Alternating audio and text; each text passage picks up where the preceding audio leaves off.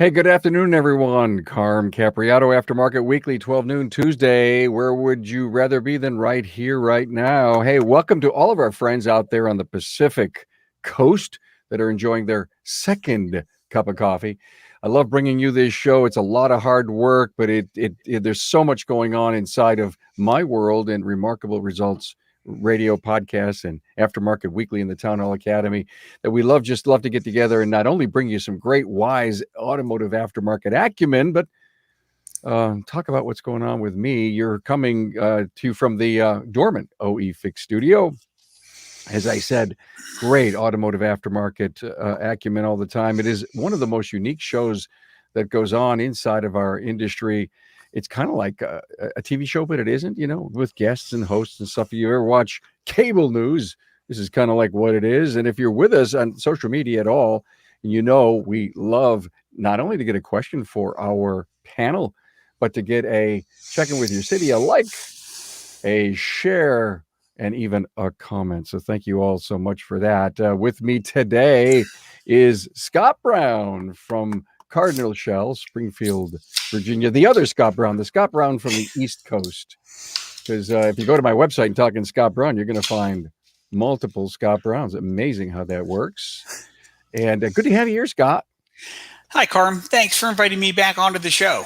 Good, man. Wow, you were with me last Friday. And, ironically, there's just so much going on with a little bit of repeat going on. But, I should look at my scheduling a little bit better than I do, but so glad to have you here. And you're going to talk about dedicated high-tech repairs. I can't wait for you to talk about that. And also our virtual shop tours with Aidan McDonald from McDonald's ATS. And that's in Livingston, Montana. Hello, Aidan. How you doing, Carm? Thanks for having me on. Great, man. We're going to show a picture now of what your place, we're going to go inside of this place. Big place. Wow. Transmission system specialists. And I know as you were telling me that you do all kinds of things. How's business, guys? Excellent. Yeah, this is a great time to be a repair shop owner. It is, Without any doubt. Yeah. Oh, cool. Well, look at, let me go back and do a little, praise or homage to both of my guests. Scott was with me just this past Friday.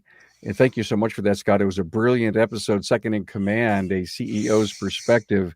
And you were on with Craig Noel, and that comes out this Thursday as a podcast. And back in, God, when was it? I'm trying to remember, Aidan, that you were on my panel and we did a live show. And I think, what was it? Was that May sometime? Yeah. Why don't I remember? Right in the thick of COVID.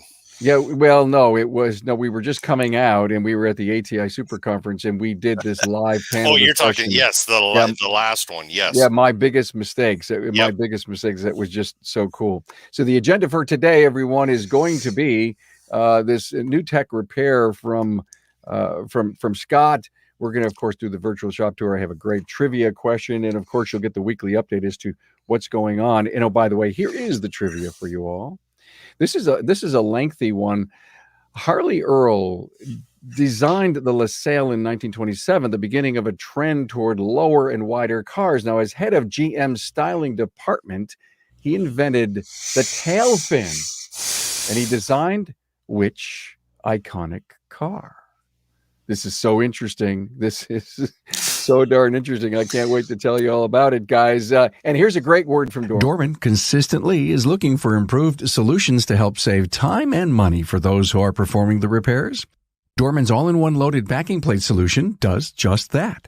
With zero assembly required, you can now stop disassembling multiple pieces to make backing plate and e-brake repairs. Dorman's loaded backing plates deliver a complete solution. This assembly replaced all the failure-prone components by combining parking brake shoes and hardware onto the backing plate. The pre-mounted parking brake shoes, springs, and clips for a bolt and go solution. Want to know more about Dorman? Well, visit dormanproducts.com/tour. Hey, would you like to learn more about Dorman's innovations? Visit dormanproducts.com/tour. It was so cool. I was there looking at all these really cool products and all the technology and all, and one of the things that I learned while I was there is that they take any window lift motor and they put 10,000 cycles before they ever release the door and the actual door that it goes in. So many really cool things.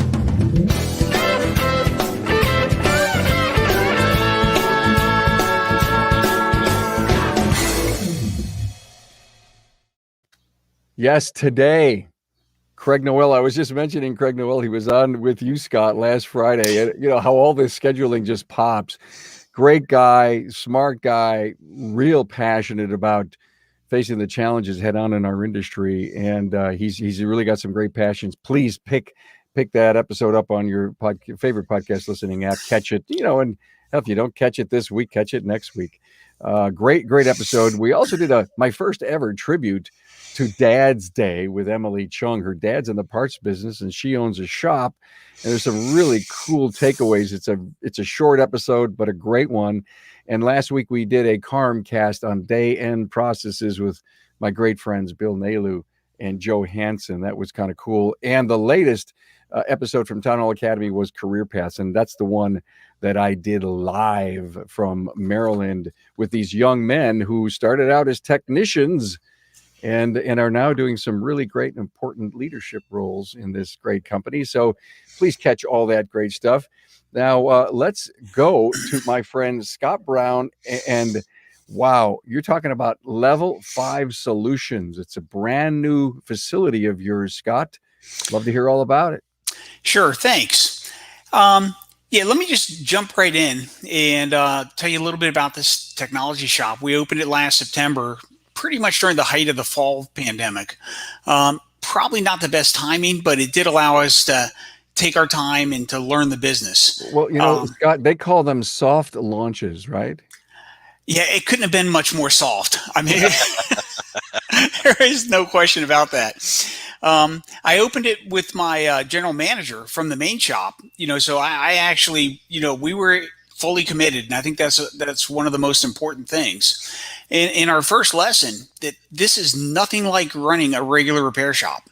And I'm just going to try to pass along some of the most important lessons that maybe will help out a listener going through the same thing. Mm-hmm. So at Level 5, we're offering like high-tech solutions to go along with high-tech problems. And we make a promise to the customer that we're going to be their advisor. We're going to act in their best interests. And then we partner with them so that they can offer solutions to their clients. And then all we ask them, hey, let us show us how we can increase their bottom line. Like you mentioned, we're business to business, which is a huge change. It is so peaceful in there. Sometimes it's a little peaceful, more peaceful than I like as a shop owner.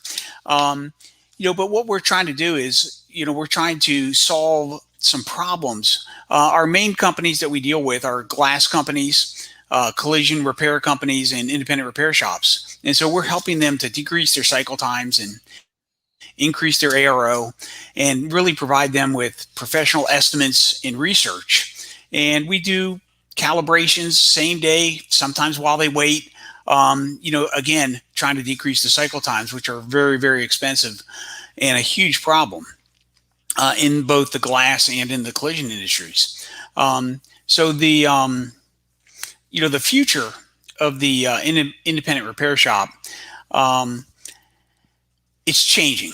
The rate of change in our industry is at an all-time high, and I think the pace is increasing.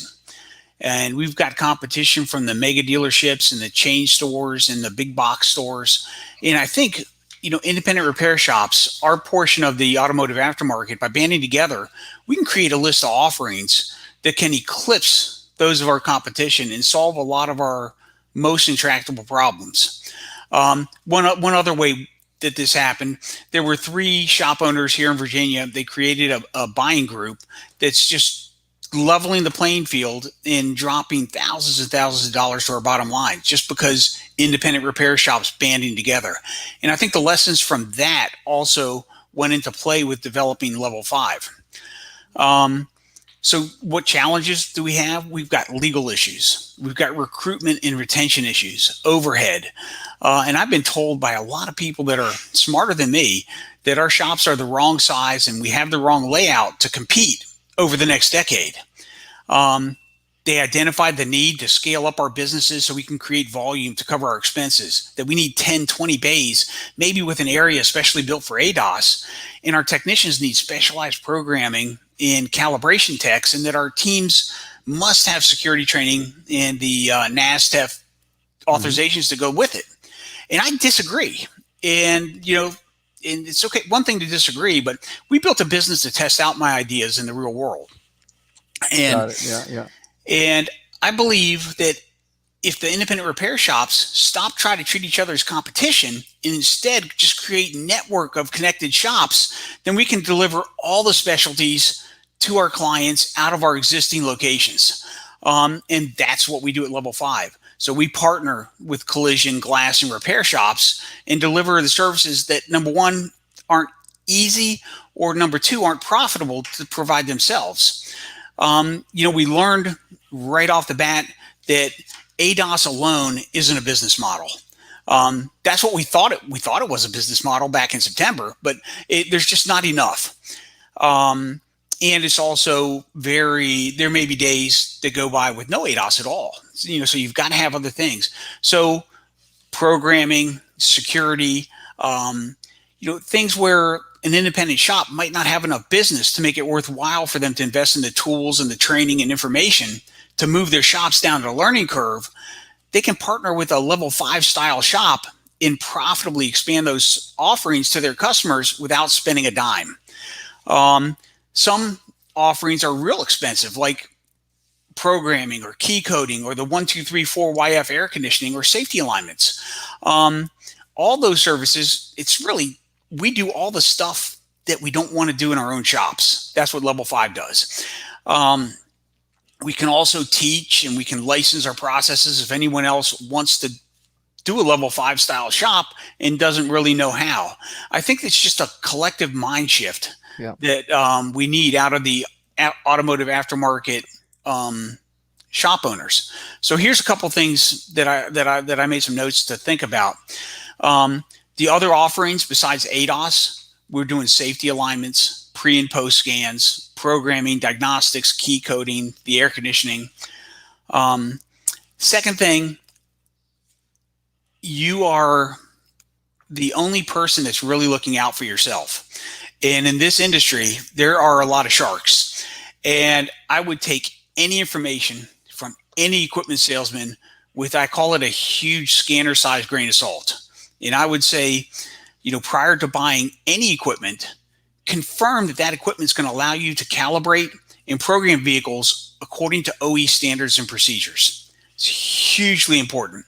When an equipment company, I'm not going to call it a scam, but their current marketing thing is they're going to tell you, oh, we're not following the OE standards. We're not following OE procedures, but we'll legally indemnify you. Well, they'll give you $1 million, maybe a couple, $3-4 million worth of indemnity insurance, saying that now you can go ahead and go out on your own and do things the way that we think it should be done. Well, right now, the current controlling legal case paid out $41 million, which bankrupted a collision repair shop in Texas. Yep. And we can talk about it. So everything we do at Level 5, we're trying to limit liability. I don't say we eliminate it, because I don't think as long as there's lawyers, you can't eliminate all your liability. And the other question is, are you committed to turn your best technician into a high-tech solution? The opportunity cost of not having that guy work on the regular cars, that's enormous. So that's a thing, because once the technician is doing the calibrations, doing the programming, doing the security, that's pretty much all they can do, because they have to keep training and keep up to date and keep researching. Is part of the limited liability issue the training and the latest equipment? Well, I think the way that the lawsuits have gone is that if you're following OE procedures and you're following OE position statements, and you're following the OE, using OE tools, at that point, you're as covered as you can be. But the other thing is that you've got to be able to document to prove, years from now, maybe, that you followed on this particular day, because these procedures are changing, sometimes day to day, sometimes hour to hour. So you need to be able to document all the research that you've done, and you've got to be able to do that research so that at a later point you can say, yes, here's the pictures, here's the information that we used, and this is how and why we did what we did on that car. Yep. And that is, to my knowledge, the best way, and I think it's going to be industry standard. And I think that same sort of procedures are going to be coming into our regular repair shops as well. Well, I have to say that there is no way in a short segment like this, Scott, we can do justice to this concept, the strategy. And I think we need to know more about this. I almost would love to pick your brain in a normal episode, but, get into it a little deeper. I do love the idea that this is a B2B. And one of the crazy thoughts, Aiden, step in here anytime, but what crazy thought that I had was 4 or 5 or 6 shop owners getting together and building their own standalone technology place. If you can find a great, partnership group and invest in all of this and just send all your work there.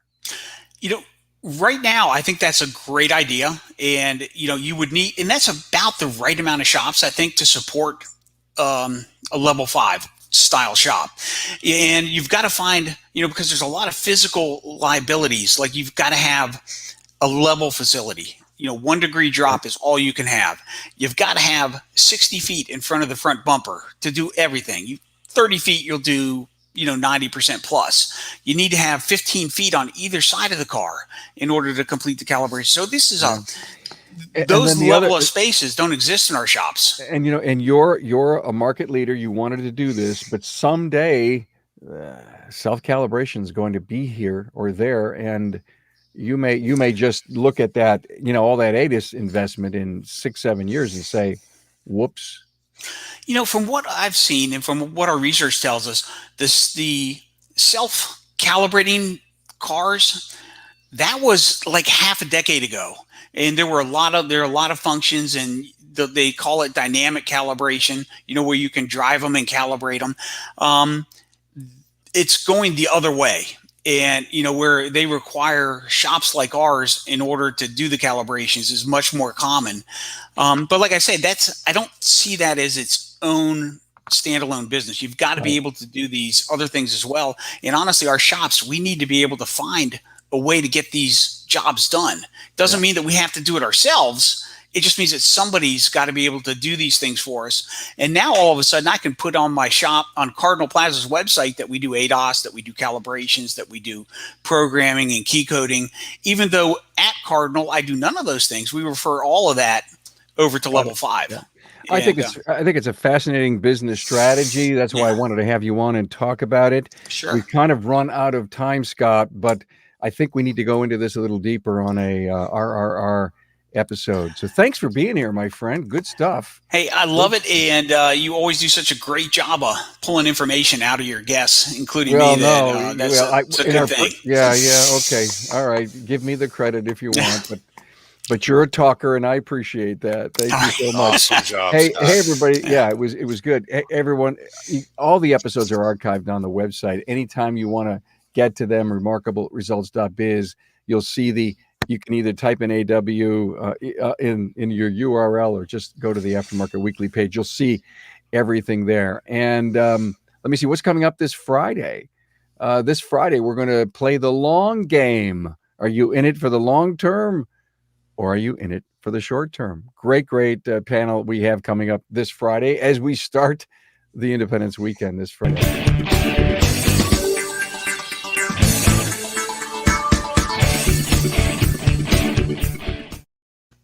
Okay, I'm with Aiden McDonald and McDonald's ATS, Automatic Transmission Systems in Livingston, Montana. Yet Aiden does all kinds of work at his place, and we've seen so many so many transmission shops actually make that major transition.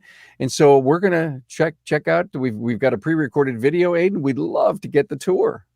Awesome. So this is the customer entrance, panning off to the right there. That back row is employee parking. Front row is all customer drop-offs in the morning.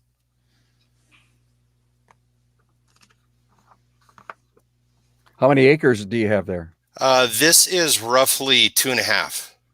2.5 acres. Do you own the property? No, we're in a long-term lease that we are aggressively trying to get bought out on. Okay, you're trying to buy the property. We're trying to. Yep. Got it. Well, that's smart. I mean, I think everyone knows own the land if you can. Exactly. Okay, and you're still a young man, so that would be a smart move. Well, thank you. Okay, so this is coming in. Sanitary station. Mascot. We got the shop dog. So she snuck out on me when I first came in, but that's our pretty much our greeter. This is the incoming parts check-in desk. Keeps parts delivery guys out of the showroom area. This is general manager area. He's also my parts counter person. These are incoming parts for jobs that are in the shop. Lots of parts. Normal consumables. Yep. And we are heading down. So when the customer comes in, the greeter come down the hallway, and all the awards for technicians are on the right. Excellent. This is the actual customer waiting area, lounge. That's a service advisor, another service advisor station. So you have a greeter, and they're actually written up and discussed in this room. Yeah. Here. Okay. So right here, what these are, if she can pause this. So as parts come in, not always is the parts counter person there. So invoices may make it to the front counter. The left-hand bin is open parts that haven't been put on a ticket yet. Next lot down is they've been posted. End of day, we verify all the tickets. Work orders need closed. Those are jobs that have been completed. And then the advisor goes to an audit technician, which we will get to later on. But those sit here in that bin until audit technician signs off on it. Keys, as you can see on the right-hand side, that blue one is completed. Keys are in the envelope, ready for when the customer comes in and picks it up. Then completed tickets over on the right-hand side, ready, not ready. Those are a 3-day callback. Very bottom bin goes into our receptionist, and at 21 days, we get another follow-up call. Excellent. And you know what's really cool, it's the perfect strategy for customer service, but just to see your process laid out here is pretty nice. Thanks. So that's what that area is for. Little logo shot. Yeah. Okay, so every vehicle that comes in, we put a tag on the keys. That's our logo. Do the colors mean anything? Nope, not at all. Okay. So this board, we'll pause here. And I didn't pan up far enough, but these are confirmed appointments or night drops. So the day before the appointment, Auto Vitals also texts out, but we do make a phone call to confirm the appointment coming in. Once the appointment is confirmed and coming in, it goes onto this board. It stays on this board until we do the digital walk-around inspection. And she can unpause this. Once the digital audit inspection is done, these are work in process. I think each bin is a vehicle. Yes, each bin is a vehicle. They are only in those bins after the digital inspection. Okay. Do you have a 100% rule on that? 100%. Inspections? Yep. All right. Perfect. This is kind of a quick lounge area, coffee for the customers. One of the big things we changed here probably within about the last 5 years is we got rid of the shop look. This is all local artists. All the artwork is local artists. These little pictures here are my car giveaway program. We give away about 5 cars a year to people in need. Excellent. Kudos to you for doing that. Do you have a special name for it? Nope, just part. Yeah, well, yes, there is, Carm. Park County Auto Program. Okay. And Wow. I think right now we are 7 cars deep, and in 2 weeks we're giving away another car. Good for you. God, That's this awesome. is great. I love it. I love it. Yeah. Absolutely love it. There, more and more shop owners are really taking, putting their bite into the community for what they do. I'm really proud of this one. This is wonderful. So Carm, that one we just passed up, quick blib. Yeah. That is a auto body shop that restored I think it was a 38 Dodge truck. They put my Allison standalone controller in it, and it was restored for a funeral procession car for first responders, firemen, and policemen. So we donated that whole system to get that vehicle up on the road. You guys should check it out. It's a beautiful, beautiful build. Good for you. Good for you. This is another lounge for the customers, water, juice. There's usually a chair there, but we have Wi-Fi. It's a little bit more private than that bigger area. It is. So people can conduct business. Yeah. These are trophies from our competition vehicles. Yeah. And we're going to head out into the shop now. Oh, no, we got a bathroom tour real quick. And these restrooms are customer only. Employees have a separate. So this is the woman's bathroom. Clean, looking good. Seat down. And this is the men's bathroom. Yeah, it's always good to see the facilities. To see, they can't be substandard today. Here's the shop. Here's the shop. That's my general manager right there. This is probably the single best investment I ever made for culture in my shop. This is a lounge, a training room, full kitchen. And what's really neat about this kitchen deal is 2 days a week, on average, the shop comes together. 2 members are designated the cook team, 2 members are designated the cleanup team, and we rotate. It started out as I picked who's together, and that was over a year ago. Now it's a volunteer program. We come together as a family. We eat. There's no business discussed. It's just culture. Excellent. How many square feet is this building? It's huge. 18,000, I think, is where we're at. Oh my gosh. Yeah, compared to what you have, Scott. Yeah, that's amazing. I'm so jealous. The layout's not optimal. This was a rural electric building. It stored cabling, a lot of office. This is where customers came in and paid their power bill. But I think we've really optimized how we use it. It works for us. Making the best of it. Yep. So walking out into the shop area.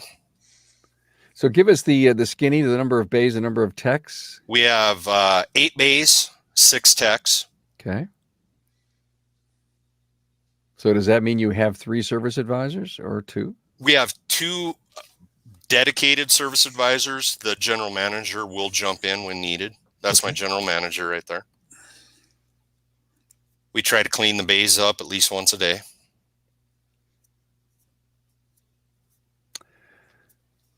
That's a great commitment. Is this building in the form of an L? Yeah, not quite an L. But close, yes. Okay. Yes, very close. Okay, we're coming in. That shop side we were just on was the flat bay side. Yep. Engine jobs, heavy work. This is the hoist side. This is a new investment in January. We got into alignments and tires. Smart.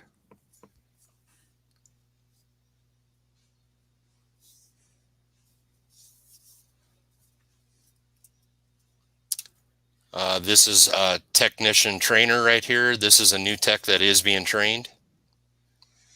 We just hired him out of OTEC. Good for you.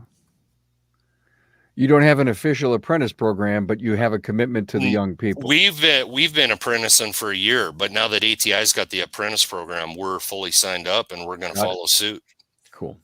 He started out as an apprentice 2.5 years ago, and he's now getting ready to graduate into B program. Good for you. This is one of my senior techs. We didn't get panned over to him, but that technician has been doing it for 35 years. He's been with me for 18 years. This is a new alignment hoist. Mm-hmm. And outside, I have two 18,000-pound hoists.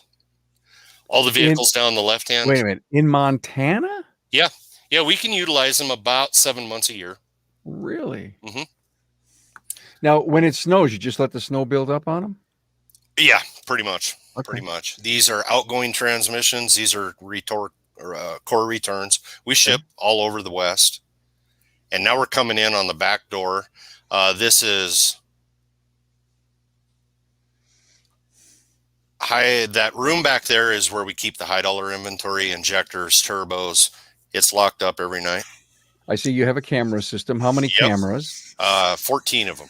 Now this desk right here, this is a new job position. This technician's been with me for over 26 years. He was at the Ford dealership before I opened business and followed us when we decided to open. He hurt his shoulder roughly 8 months ago and was pretty much told no more mechanicing. I was not going to kick him to pasture, so we create a position. I really don't have a perfect name for it, but he's my auditor.